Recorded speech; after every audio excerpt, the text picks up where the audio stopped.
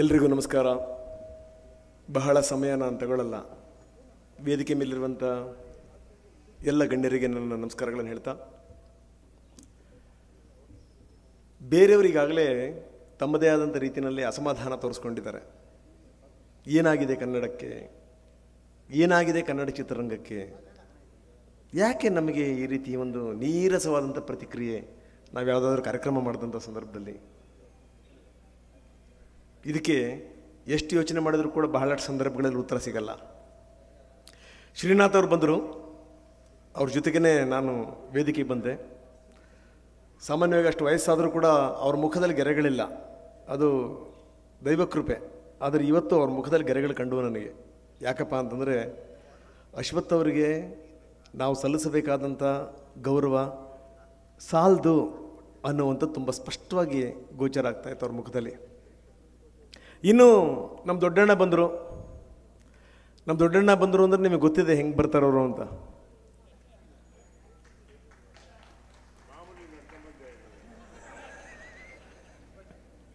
ಕಡಲಿಗೆ ಬಂತು ಶ್ರಾವಣ ಕುಣಿದಾಂಗೆ ರಾವಣ ಅಂತ ಅಂತಿದೆಯಲ್ಲ ಹಾಡು, ಹಾಗೆ ಧುಮು ಧುಮು ಧುಮು ಧುಮು ಅಂತ ಬಂದ್ರು. ಹಂಗೇನೆ ಅವ್ರು ಬರ್ತಿದ್ದಂಗೆ ಗೊತ್ತಾಯ್ತು ಇವತ್ತು ಯಾರ್ಯಾರೇ ಕ್ಲಾಸ್ ತಗೋತಾರೋ ಅಂತೇಳಿ ಅಂತ. ನಿಜಕ್ಕೂ ಈ ಯಾರಿಗಾದರೂ ಚಿತ್ರರಂಗದಲ್ಲಿ ಏನಾದರೂ ಆದಂಥ ಸಂದರ್ಭದಲ್ಲಿ, ತೊಂದರೆಗಳಾದಂಥ ಸಂದರ್ಭದಲ್ಲಿ, ಎಡವಟ್ಟುಗಳಾದಂಥ ಸಂದರ್ಭದಲ್ಲಿ ಗೌರವ ಮನ್ನಣೆಗಳು ಸಿಗಲಿಲ್ಲ ಅಂತಂತಂದರೆ ಅದರ ಉಸ್ತುವಾರಿ ವಹಿಸುವಂಥವರೇ ದೊಡ್ಡಣ್ಣ. ಹಂಗಾಗಿ ಅವ್ರಿಗೆ ತುಂಬ ಚೆನ್ನಾಗಿ ಗೊತ್ತಿದೆ. ಬಂದ ತಕ್ಷಣ ಅವ್ರು ಶುರು ಮಾಡ್ಕೊಂಡಿದ್ದು ಅದನ್ನೇ. ನನಗನ್ಸುತ್ತೆ ನಮ್ಮೆಲ್ಲರಿಗಿಂತ ಇವತ್ತು ಹೆಚ್ಚಿನ ಗೌರವ, ಹೆಚ್ಚಿನ ಪ್ರೀತಿ ಅಶ್ವಥ್ ಅವ್ರ ಮೇಲೆ ಅಮ್ಮಗೆ ಇತ್ತು ಅಂತ ಅನಿಸುತ್ತೆ. ಕರಿದೇನೆ ಬರಬಾರ್ದು ಅನ್ನುವಂಥದ್ದು ಇಂಥ ಕಾರ್ಯಕ್ರಮಗಳಿಗೆ ಅನ್ವಯ ಆಗಲ್ಲ. ಆಗಲೇ ಅವ್ರು ಹೇಳ್ತಾ ಇದ್ರು, ನಾನು ರೆವೆನ್ಯೂಷನ್ನು ಬಿಡಲ್ಲ, ₹1 ಬಿಡಲ್ಲ, ನಾನು ಹಾಗೆ ಅಭಿಮಾನನೂ ಬಿಡಲ್ಲ ಅಂತ. ಯಾರೂ ಕರೆದಿಲ್ಲ, ಬಂದರು ನೋಡಿ.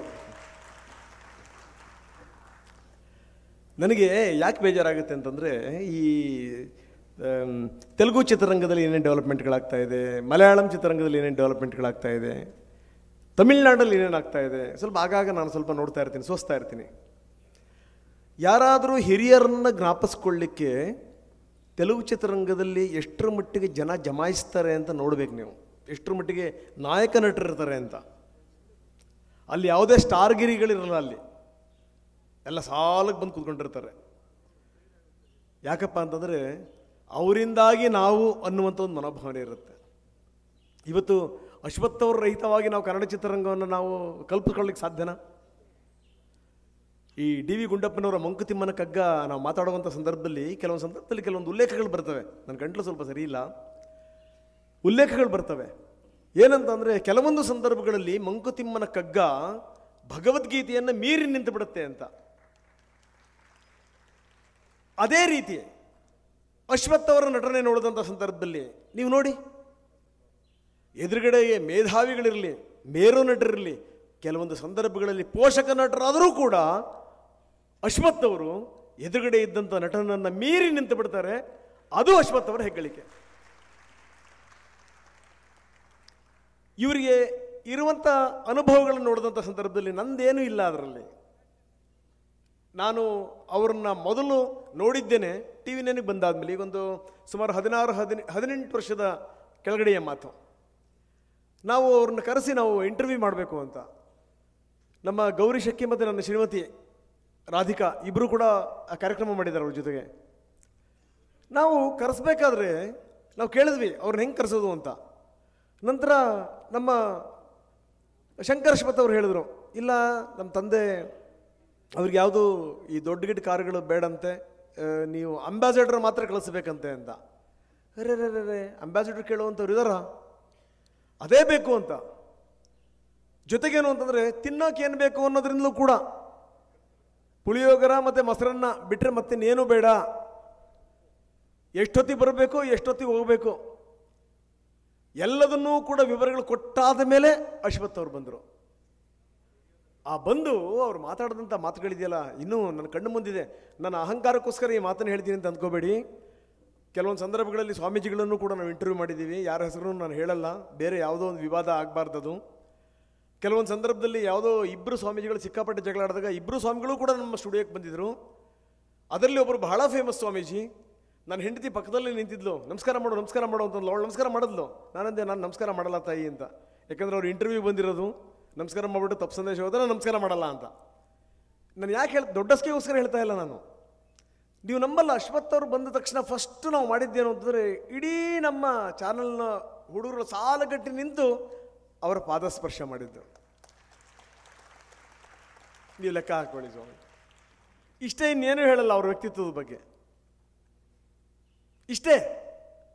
ಅವ್ರು ಮಾತಾಡಿದಂಥ ಮಾತು, ಪುಟ್ಟಣ್ಣವ್ರ ಬಗ್ಗೆ ಅವ್ರು ಮಾತಾಡಿದಂಥ ಮಾತು, ಅವ್ರ ಮಾತಲ್ಲಿದ್ದಂಥ ಕಾಳಜಿ, ಕಳಕಳಿ, ಏನ್ರಿ ಅದು. ತಾರಾಸು ಅವರು ಪುಟ್ಟಣ್ಣವ್ರ ಸಿನಿಮಾ ನೋಡಿ ಅವ್ರಿಗೆ ಇಷ್ಟ ಆಗಲಿಲ್ಲ. ಅವ್ರು ಹೇಳಿದ್ರಂತೆ, ಇದು ನಾಗರ ಹಾವಲ್ಲ, ಇದು ಕೇರೆ ಹಾವು ಅಂತ ಹೇಳಿ ಅಂತ. ಅದನ್ನು ಕೇಳಿದ ತಕ್ಷಣ ಪುಟ್ಟಣ್ಣವ್ರು ಅಂದ್ರಂತೆ, ಇನ್ನು ನಾನು ಸಿನಿಮಾ ಮಾಡಲ್ಲ, ನಾನು ಇನ್ನು ಸಾಕು. ಇವ್ರ ಬಾಯಿಂದ ಈ ಮಾತು ಬಂತಲ್ಲ, ಇದೇನಾದ್ರು ಫೇಲ್ ಆಯಿತು ಅಂತಂದರೆ ನಾವು ಸಿನಿಮಾ ಮಾಡಲ್ಲ ಅಂತ. ನಾನು ಸುಮ್ಮನೆ ನೋಡ್ತಾ ಇದ್ದೆ ಅಶ್ವಥ್ ಅವ್ರು ಮಾತಾಡಿದಂಥ ರೀತಿ, ಆ ಧ್ವನಿನಲ್ಲಿದ್ದಂಥ ಏರಿಳಿತಗಳು. ಅವರಂದರು, ಅಯ್ಯೋ ಪುಟ್ಟಣ್ಣ ಸಿನಿಮಾ ಮಾಡಲ್ವೇ, ನಮ್ಮಂಥವ್ರ ಗತಿ ಏನು, ನಾವೆಲ್ಲ ಕೇಳ್ಕೊಂಡ್ಬಿಟ್ವಿ, ಕೈ ಮುಗಿದು ಕೇಳ್ಕೊಂಡ್ವಿ, ಸ್ವಾಮಿ ನೀವು ಹಂಗಲ್ಲ ಅನ್ಬಾರ್ದು ಅಂದರೆ. ಅವ್ರು ಹೇಗೆ ಕೇಳ್ಕೊಂಡ್ರಲ್ಲ, ಅದನ್ನು ಅನುಭವಿಸಿ ಅವ್ರು ಮಾತಾಡ್ತಿದ್ದಂಥ ರೀತಿ ಇತ್ತಲ್ಲ, ಅದಿನ್ನೂ ಕೂಡ ನನ್ನ ಕಣ್ಣೆದುರುಗಡೆಗಿದೆ.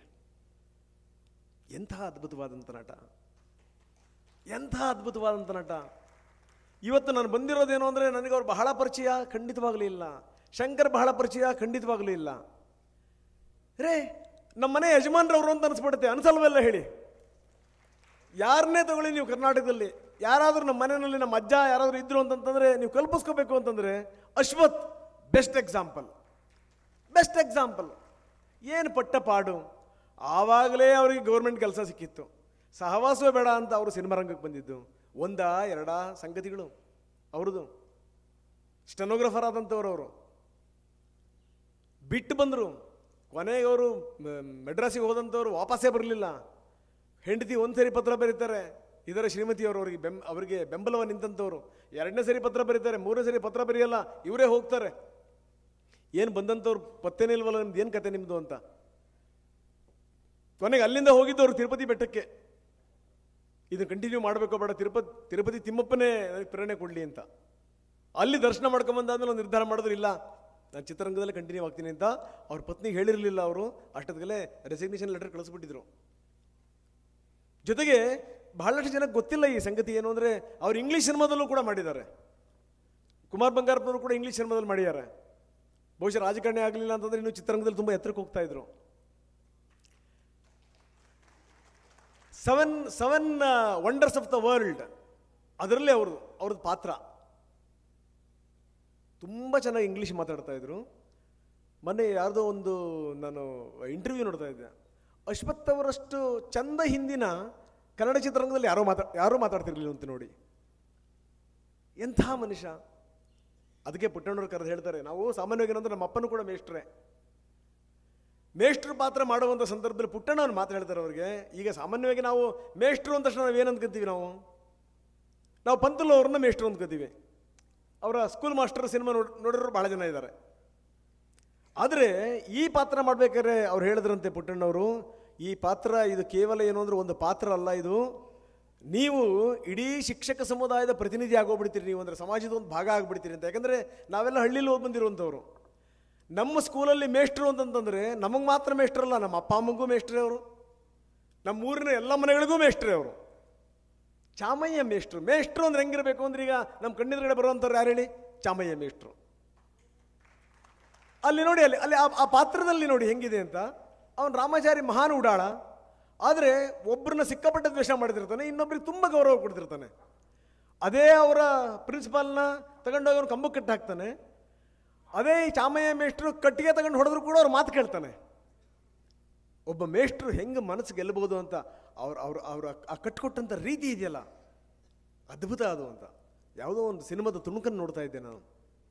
ಯಾವುದೋ ಒಂದು ನನಗನ್ಸುತ್ತೆ 1964ರಲ್ಲಿ ಬಿಡುಗಡೆ ಆಗಿರೋದು ಅನ್ನಪೂರ್ಣ ಇರಬೇಕು ಅಂತ ಭಾವಿಸ್ತೀನಿ ಸರ್.